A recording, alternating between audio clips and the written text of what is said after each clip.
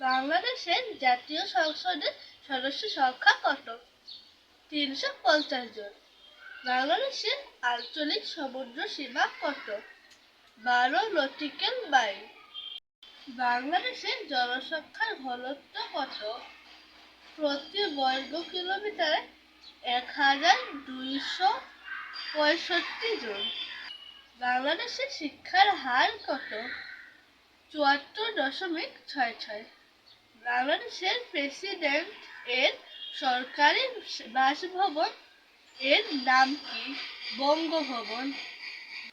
বাংলাদেশের সর্বোচ্চ বিচার বিভাগ কোনটি? Supreme court. বাংলাদেশের জাতীয় পতাকা দিবস কবে? 2 মার্চ।